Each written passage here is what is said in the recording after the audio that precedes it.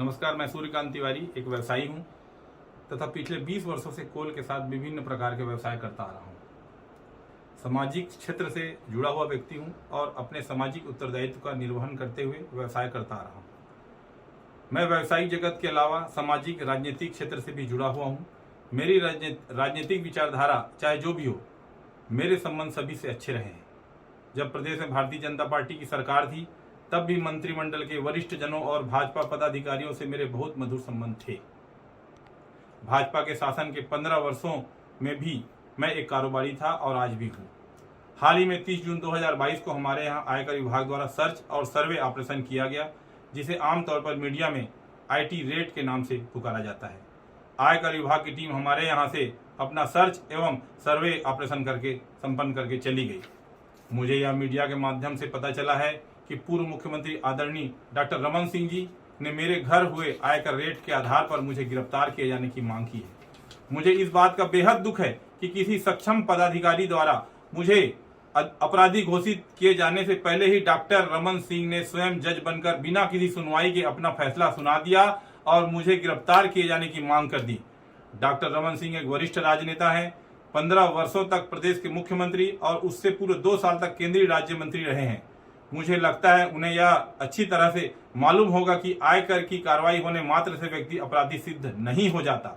आज मेरे जो भी व्यावसायिक प्रतिष्ठान हैं और वे कोई आज से नहीं चल रहे हैं। मैं 2002 से कोल व्यवसाय में काम कर रहा हूं और ये बात डॉक्टर रमन सिंह जी एवं सभी लोग अच्छे से जानते हैं।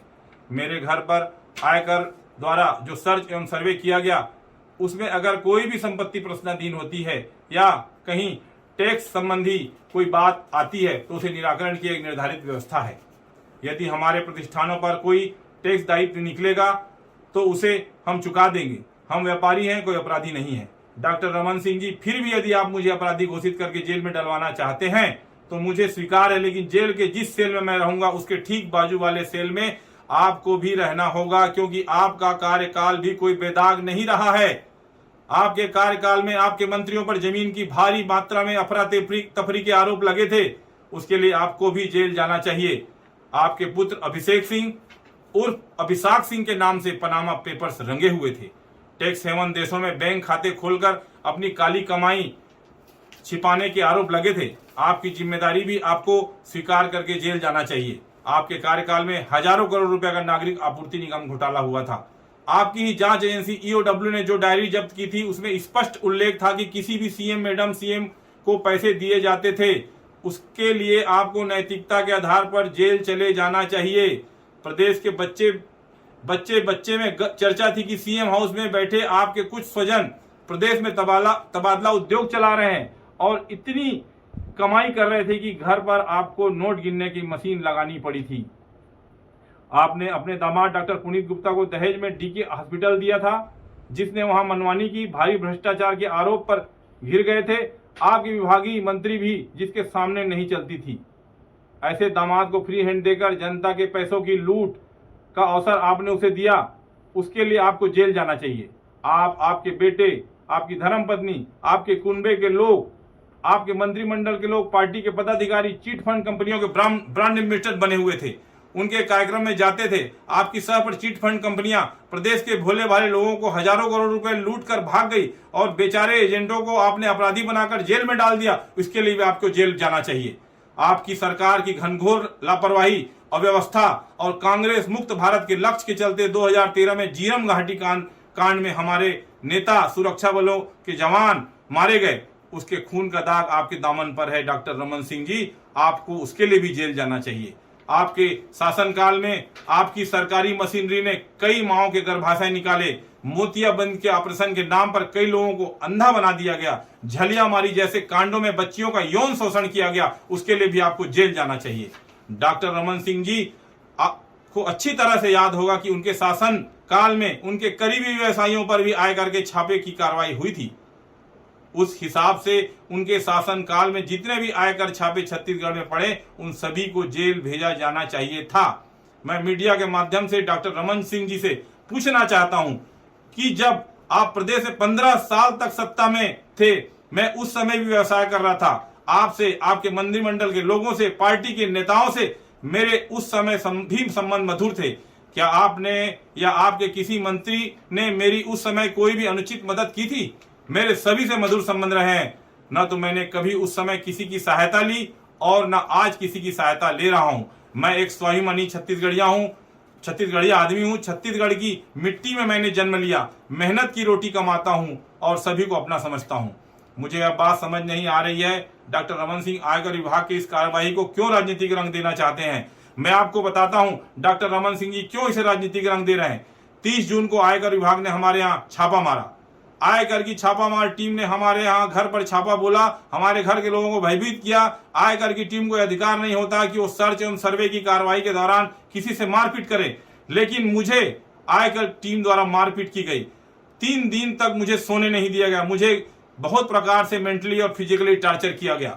आयकर टीम के अफसरों ने मुझ पर दबाव बनाया कि मैं किसी प्रकार से अपने व्यवसाय में मुख्यमंत्री सचिवालय की उप सचिव श्रीमती सौम्या चौरसिया का नाम जोड़ दूं, बयान दे दूं उनके खिलाफ। परंतु जब मेरे किसी भी व्यवसाय से उप सचिव सौम्या चौरसिया जी का कोई संबंध ही नहीं, तो मैं ऐसा झूठा बयान कैसे देता। श्रीमती सौम्या चौरसिया से मेरे पारिवारिक संबंध है। उनके घर के सभी लोग मुझे जानते पहचानते हैं। उनसे मेरी बीच बीच में टेलीफोनिक बात भी होती है। मैं जब कभी जनता के काम करवाने के लिए मुख्यमंत्री कार्यालय जाता हूं तो कई बार मेरी उनसे भेंट और मुलाकात होती है। श्रीमती सौम्या चौरसिया अकेली अधिकारी नहीं है जिनसे मेरे अच्छे संबंध है। प्रदेश के भाजपा शासन के और वर्तमान शासन के अन्य अधिकारियों से भी मेरे संबंध हैं। श्रीमती सौम्या चौरसिया मेरे घरेलू संबंध, सामाजिक संपर्क है। मेरे व्यवसाय से उनका दूर दूर तक कोई संबंध नहीं है। परंतु आयकर विभाग वाले किसी भी तरह से मुझे साम दाम दंड भेद से यही कहलवाना चाहते थे। इसलिए उन्होंने मुझे प्रदेश में सत्ता परिवर्तन करके मुख्यमंत्री बनने तक का प्रस्ताव दिया।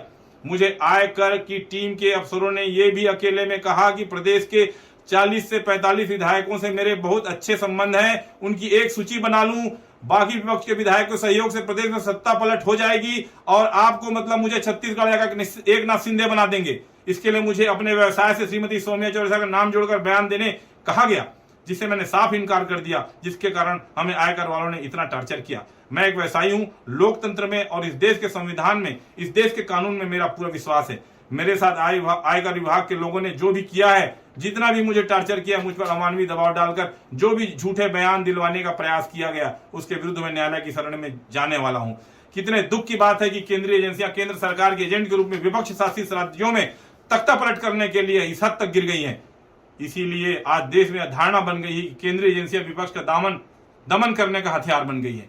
केंद्रीय एजेंसी कार्रवाई करती है, डॉक्टर रमन सिंह या धर्म कौशिक जैसे बड़े लोग उसे राजनीतिक रंग देकर उसका लाभ उठाने का प्रयास करते हैं, जो कि उचित नहीं है। यदि किसी प्रकार के नियम कायदों को लेकर कोई चूक हुई है तो उसे सुधारा जा सकता है। उसके लिए एक राजनीतिक तमाशा खड़ा करने की कोई आवश्यकता नहीं है। यदि व्यापारी होना, कारोबार करना गुनाह है, यदि जीवन में उन्नति करना अपराध है, यदि नियम कायदों की चूक हो जाना अपराध है, तो मैं बेशक अपराधी हूं और मुझसे वैसा ही बर्ताव किया जाए जैसे एक अपराधी से किया जाता है। मुझे कोई आपत्ति नहीं है। जो भी कानूनी व्यवस्थाएं होंगी मैं उसको पूरा करूंगा, पूरा करता आया हूं। लेकिन कृपा करके मेरे घर पर पड़े आयकर छापों को राजनीतिक खेल मत बनाइए, उसे सियासी रंग मत दीजिए, मुझ पर यह उपकार कीजिए। मेरे घर पर पड़े इन छापों को बढ़ा चढ़ाकर ना देखा जाए। इसे आयकर विभाग की कार्रवाई रहने दिया जाए। इसकी मनचाही व्याख्या मत कीजिए, मनचाहे अर्थ मत निकालिए। और मैं आज आप सभी के माध्यम से स्पष्ट कह रहा हूं कि यदि मेरे साथ, मेरे परिवार के साथ कोई अपघात होता है, किसी सदस्य के साथ कोई दुर्घटना होता है, तो उसके लिए केंद्रीय आयकर विभाग तथा प्रदेश भाजपा के वे नेता जिम्मेदार होंगे जो प्रदेश में सत्ता परिवर्तन के लिए मुझे बलि का बकरा बनाने की साजिश कर रहे हैं। मैं महात्मा गांधी के आदर्शों पर चलने वाला व्यक्ति हूं। मैं अन्याय के खिलाफ आखिरी सांस तक लड़ूंगा। मैं झूठ के खिलाफ अपने आखिरी दम तक संघर्ष करता रहूंगा। धन्यवाद। जय हिंद, जय छत्तीसगढ़, जय भारत।